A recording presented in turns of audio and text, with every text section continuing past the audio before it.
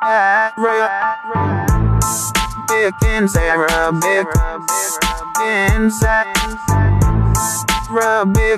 online learn color.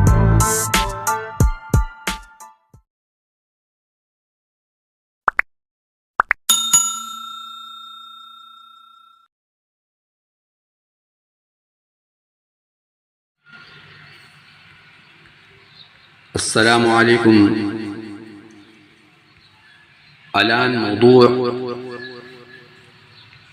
لغة الجنة هو عربي. السلام علیکم. آج موضوع ہمارا جنت کی زبان عربی ہوگی.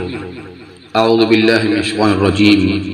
قال اللہ تعالی فی کتابہ إلا من تاب وآمن وعمل صالحا فأولئك يدخلون الجنة ولا يظلمون شيئا جنات عدن التي وعد الرحمن عباده بالغيب إنه كان وعده مأتيا لا يسمعون فيها لغوا إلا سلاما ولهم رزقهم فيها بكرة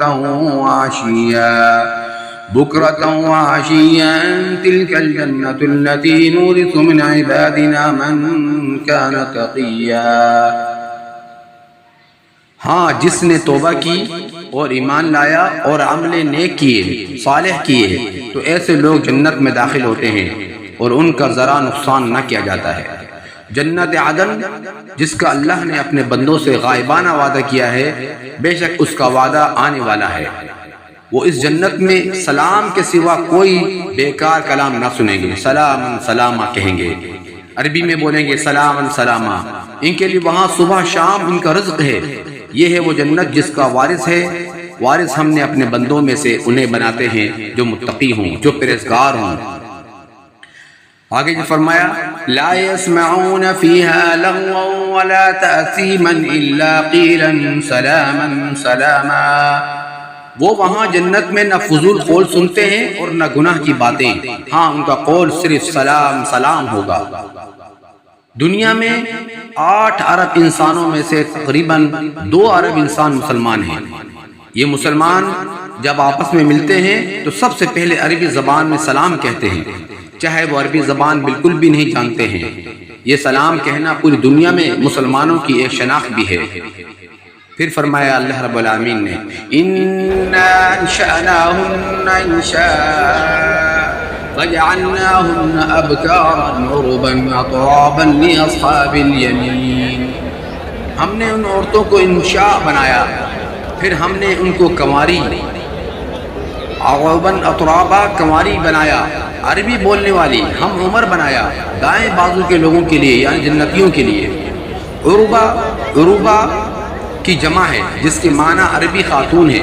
تفسیر ابن کثیر میں لکھا ہے کہ ابن ابی حاتم میں ہے کہ انہیں عروبہ اس لیے کہا گیا ہے کہ ان کی بول چال عربی زبان میں ہوگی.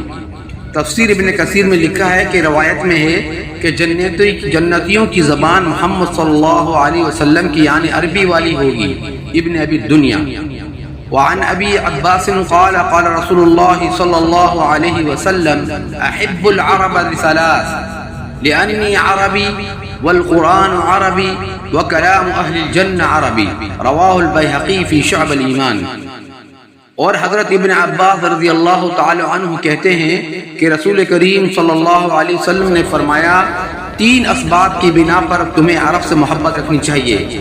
ایک تو اس وجہ سے کہ میں عرب میں سے ہوں، دوسرے اس وجہ سے کہ قرآن عربی زبان میں ہے، اور تیسرے اس وجہ سے کہ جنتیوں کی زبان عربی ہے. عن ابن عباس رضی اللہ عنہما قال قال رسول اللہ صلی اللہ علیہ وسلم احفظونی فی العرب لثلاث خصال لأنی عربی والقرآن عربی ولسان اہل الجنة عربی.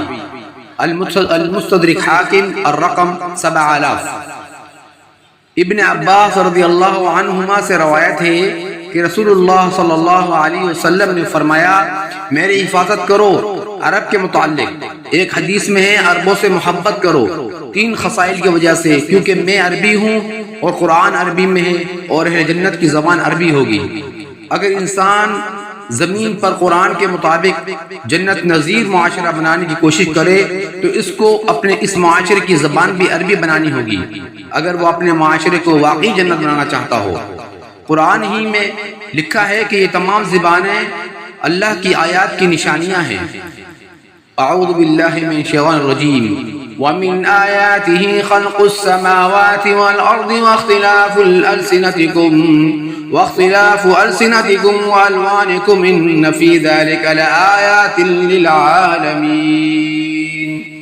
اور اس کی نشانیوں میں سے آسمان و زمین کی خلقت اور تمہاری زبانوں اور تمہارے رنگوں کا اختلاف بھی ہے کہ اس میں صاحبان علم کے لیے بہت سی نشانیاں پائی جاتی ہیں۔ یعنی دنیا میں جو 4000 سے زائد زبانیں ہیں اس کو تخلیق کرنے والا اللہ ہے۔ اللہ نے کیوں تمام انسانوں کو ایک زبان کے بجائے الگ الگ زبان دی؟ یہ زبانوں کا اختلاط کیوں ہے؟ اعوذ باللہ من الشیطان الرجیم قل هو القادر على ان يبعث عليكم عذابا من فوقكم ومن تحت ارجلكم او يلبسكم شيعا ويذيق بعضكم بأس بعض انظر كيف نصرف الآيات لعلهم يفقهون۔